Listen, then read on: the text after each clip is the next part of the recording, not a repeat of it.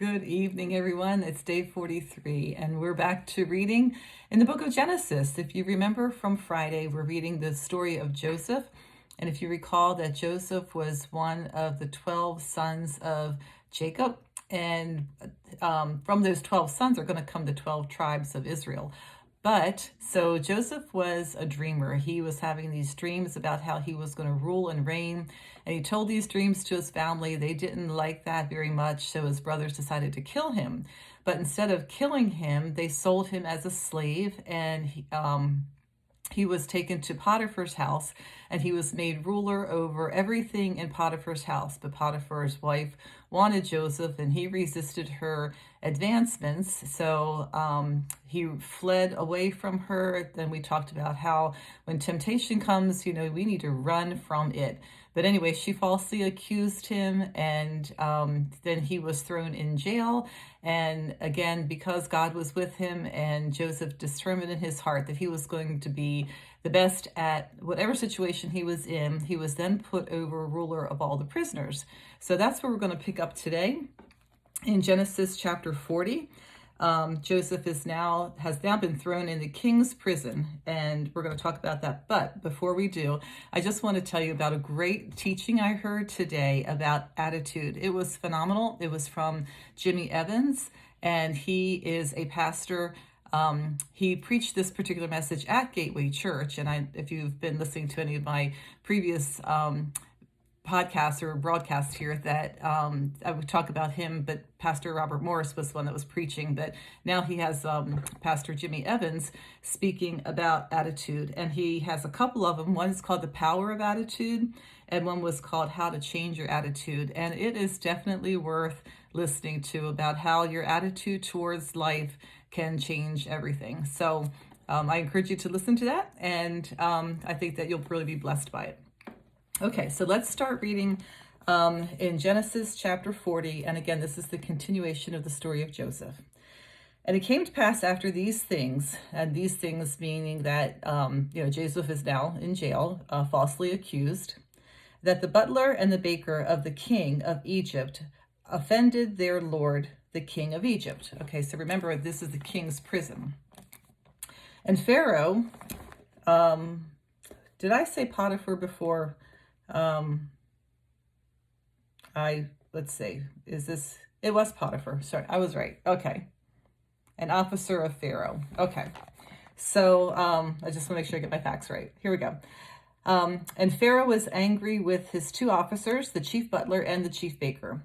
So he put them in custody in the house of the captain of the guard in the prison, the place where Joseph was confined.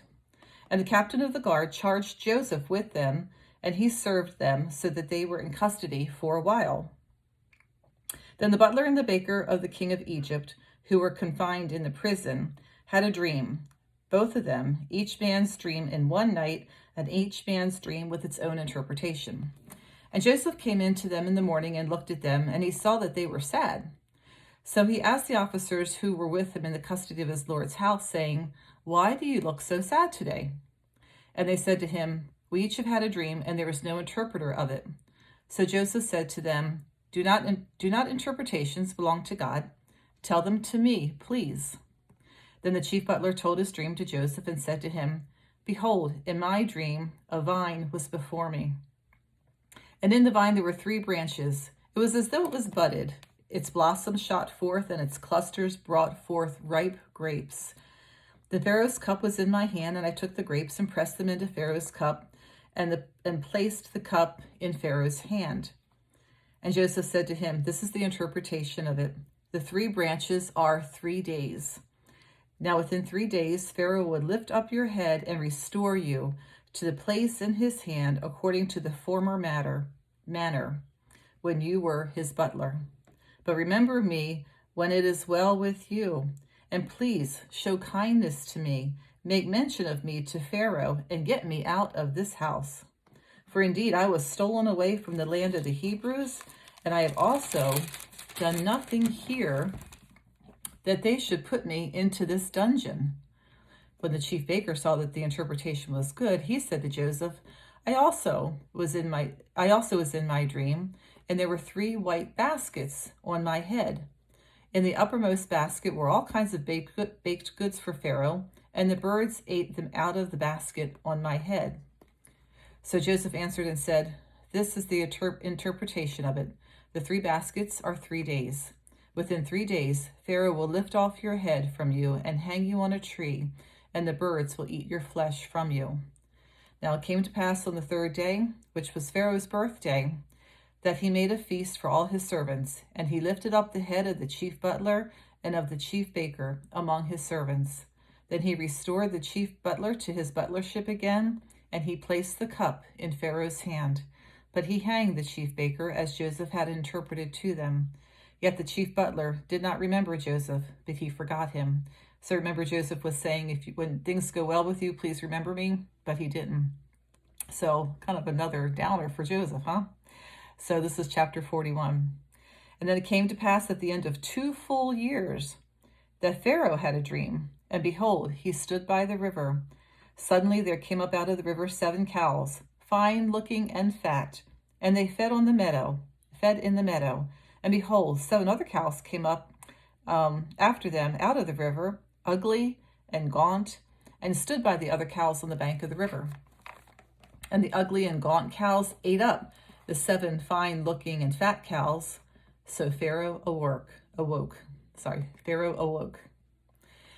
He slept and dreamed a second time, and suddenly 7 heads of grain came up on one stalk, plump and good.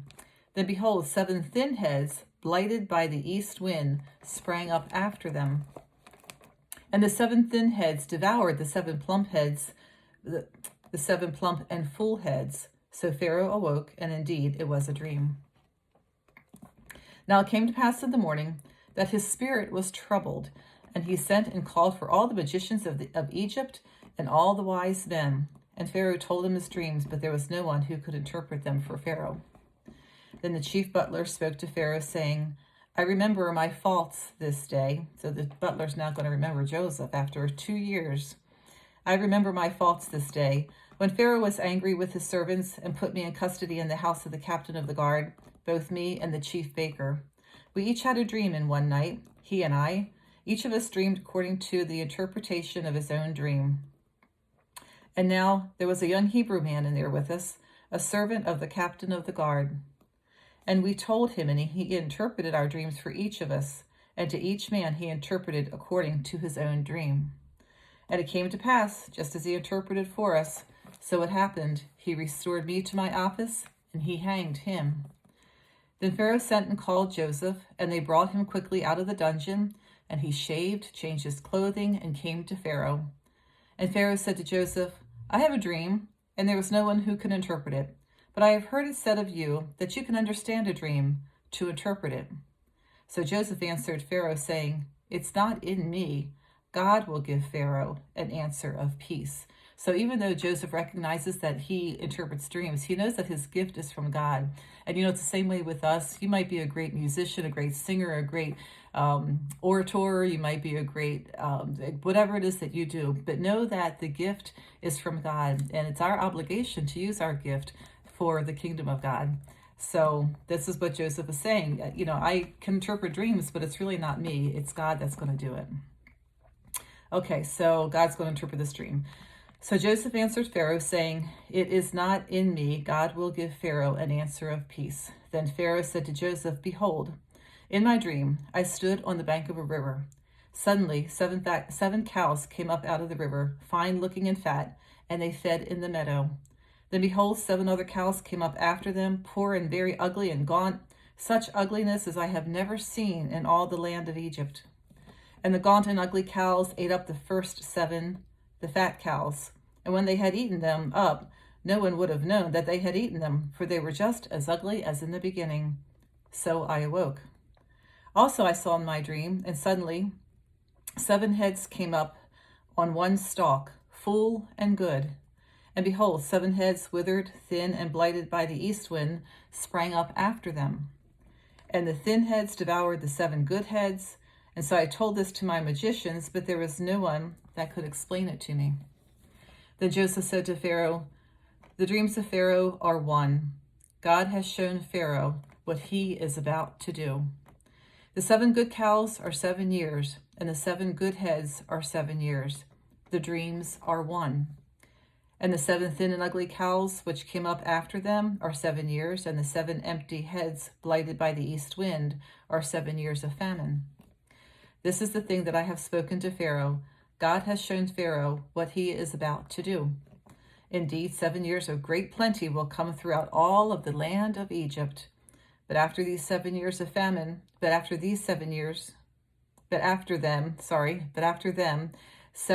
of famine will arise, and all the plenty will be forgotten by the land of Egypt, and the famine will deplete the land.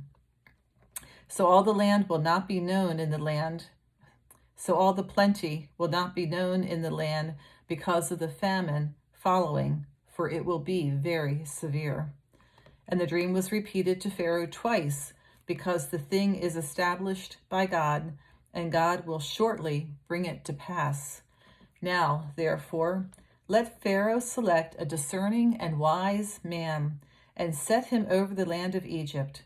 Let Pharaoh do this, and let him appoint officers over the land to collect 1/5 of the produce of the land of Egypt in the 7 plentiful years. And let them gather all the food of these good years that are coming, and store up grain under the authority of Pharaoh, and let them keep food in the cities. Then that food shall be as a reserve for the land, for the 7 years of famine which shall be in the land of Egypt, that the land may not perish during the famine. So the advice was good in the eyes of Pharaoh and in the eyes of all his servants. And Pharaoh said to his servants, "Can we find such a one as this, a man in whom is the Spirit of God?" Then Pharaoh said to Joseph, "Inasmuch as God has shown you all this, there is no one as discerning and wise as you." See, God's gift made room for him. There's a scripture about that, how God's gift will make room for you and bring you before mighty men. And this is exactly what happened to Joseph. His gift of interpreting dreams, he allowed God to work through him. And now Pharaoh was saying, "There's no one as discerning and as wise as you. You shall be over my house, and all my people shall be ruled according to your word. Only in regard to the throne will I be greater than you." And Pharaoh said to Joseph, "See, I have set you over all the land of Egypt." Now that morning he woke up, he was in prison. He had no idea that he was going to be ever rescued, however that was going to happen. And he went from the prison to the palace in one day. Then Pharaoh took his signet ring off his hand and put it on Joseph's hand, and he clothed him in garments of fine linen and put a gold chain about his neck. And he had him ride on the 2nd chariot which he had, and they cried out before him, "Bow the knee." And they set him over all the land of Egypt. Pharaoh also said to Joseph, "I am Pharaoh, and without your consent no man may lift his hand or foot in all the land of Egypt." And Pharaoh set Joseph's name Zaphnath Paneah, and he gave him as a wife Asenath, the daughter of Potipharah, priest of On. So Joseph went out over all the land of Egypt. Joseph was 30 years old when he stood before Pharaoh, king of Egypt. So how long was he in prison then? He said it was 17 when his brothers threw him in the pit. Now he's 30. So for 13 years, he was a slave, and then he was a prisoner. So Joseph was 30 years old. And Joseph went out from the presence of Pharaoh and went throughout all the land of Egypt. Now in the 7 plentiful years, the ground brought forth abundantly. So he gathered up all the food of the 7 years which were in the land of Egypt, and laid up the food in the cities, and he laid up in every city food of the fields which surrounded them. Joseph gathered very much grain, as the sand of the sea, until he stopped counting, for it was immeasurable. And to Joseph were born 2 sons before the years of famine came, whom Asenath, the daughter of Potipharah, priest of On, bore to him. Joseph called the name of the firstborn Manasseh, for God has made me forget all my toil and all my father's house. And the name of the second was Ephraim, for God has caused me to be fruitful in the land of my affliction. So, names meant something, and you were very careful what you named your children because it had great significance. Then the 7 years of plenty, which were in the land of Egypt, ended. And the 7 years of famine began to come, as Joseph had said. And the famine was in all the lands, but in all the land of Egypt there was bread. So when all the land of Egypt was famished, the people cried to Pharaoh for bread. Then Pharaoh said to all the Egyptians, "Go to Joseph, whatever he says to you, do." The famine was over all the face of the earth, and Joseph opened all the storehouses and sold to the Egyptians, and the famine became severe in the land of Egypt. So all the countries came to Joseph in Egypt to buy grain, because the famine was severe in all the land. So it was very severe famine, because they kept telling us, using that word severe. It was a very difficult time. So, okay, now we're on chapter 43. And when Jacob saw that there was grain in Egypt, so now we're back to Jacob, the father of Joseph, who thinks Joseph is dead. When Jacob saw that there was grain in Egypt, Jacob said to his sons, "Why do you look at one another?" And he said, "Indeed, I have heard that there is grain in Egypt.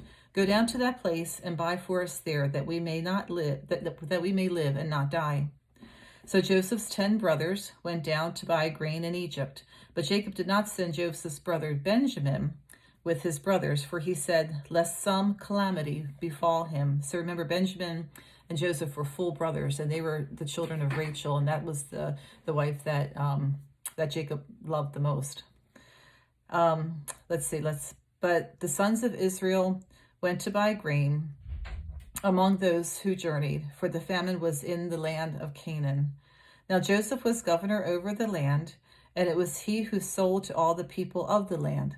Excuse me. And Joseph's brothers came and bowed down before him with their faces to the earth. Joseph saw his brothers and recognized them, but he acted as a stranger to them and spoke roughly to them. And he said to them, "Where do you come from?" And they said, "From the land of Canaan, to buy food." So the brothers didn't recognize Joseph. But Joseph recognized them. So Joseph recognized his brothers, but they did not recognize him. Okay, that's verse 8. Okay, verse 9.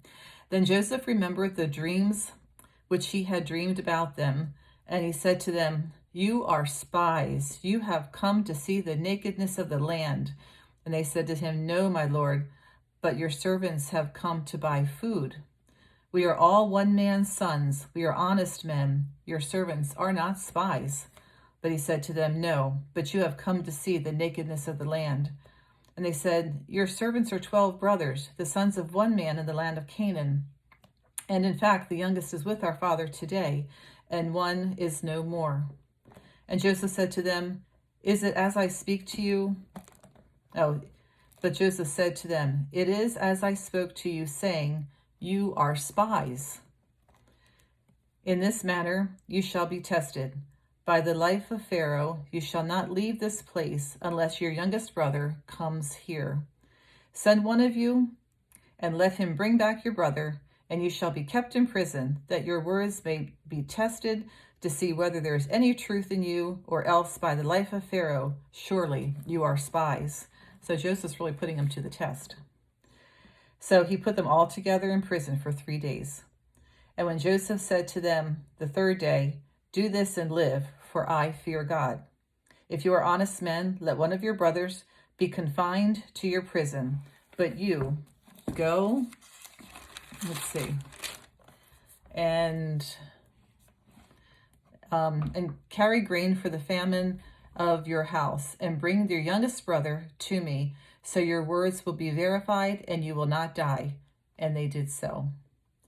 Then they said to one another, "We are truly guilty concerning our brother, for we saw the anguish of his soul when he pleaded with us."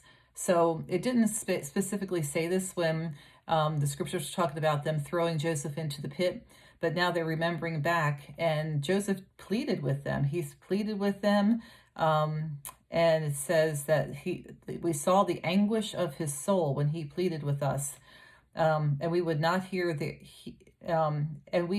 hear therefore this distress has come upon us. So they're remembering back and taking that blame for what happened to Joseph. And Reuben answered them, saying, "Did I not speak to you, saying, 'Do not sin against the boy'? And you would not listen. Therefore, behold, his blood is now required of us." But they did not know that Joseph understood them, for he spoke to them through an interpreter. So I guess they're speaking, that Joseph has learned the language of the Egyptians. So it sounds like that they are speaking different languages. And he turned himself away from them and he wept. So Joseph is happy to see his brothers. Then he returned to them again and he talked with them, and he said, and he took Simeon from them and bound him before their eyes. Now I'm going to take a break here because I have to turn the light on. It's getting dark in this room, so I have to go turn the light on. I'll be right back.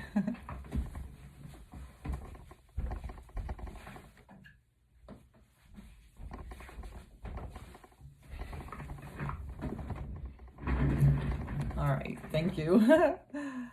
All right, so let's see. He took Simeon from them and bound him before their eyes. Then Joseph gave a command to fill their sacks with grain, to restore every man's money to his sack, and to give them provisions for the journey. Thus he did for them. So they loaded their donkeys with the grain and departed from there. But as one of them opened a sack to give the donkey feed at the encampment, he saw his money, and there it was in the mouth of the sack. So he said to his brothers, "My money has been restored, and there it is in my sack." Then their hearts failed them, and they were afraid, saying to one another, "What is this that God has done to us?" Then they went to Jacob to their father. Then they went to Jacob their father in the land of Canaan, and told them all that had happened to them, saying, "The man who was Lord of the land spoke roughly to us, and took us for spies in the country. But we said to him, 'We are honest men, we are not spies. We are 12 brothers, sons of one father. One is no more, and the youngest was with our father in the land of Canaan.' Then the man, the Lord of the country, said to us, 'By this I will know that you are honest men. Leave one of your brothers here with me, take food for the famine of the households, and be gone. And bring your youngest brother to me, and I will know that you are not spies, but that you are honest men. And I will grant your brother to you, and that you may trade in the land.' So it happened as they emptied their sacks that surprisingly each man's bundle of money was in his sack. And when they and their father saw the bundles of money, they were afraid. And Jacob said to his father, and Jacob their father said to them, 'You have bereaved me. Joseph is no more, Simeon is no more, and you want to take Benjamin? All these things are against me.' Then Reuben spoke to his father, saying, 'Kill my 2 sons if I do not bring him back to you. Put him in your hands, and I will bring him back to you.' But he said, 'My son shall not go down with you, for his brother is dead, and he is left all alone. If any calamity should befall him along the way which you go, then you should bring down my gray hair with sorrow to the grave.'" So it's a pretty exciting story. We will pick it up tomorrow in chapter 23. Oh, nope, chapter 43 of Genesis. And I hope you have a great evening, and we'll see you tomorrow. All right, bye.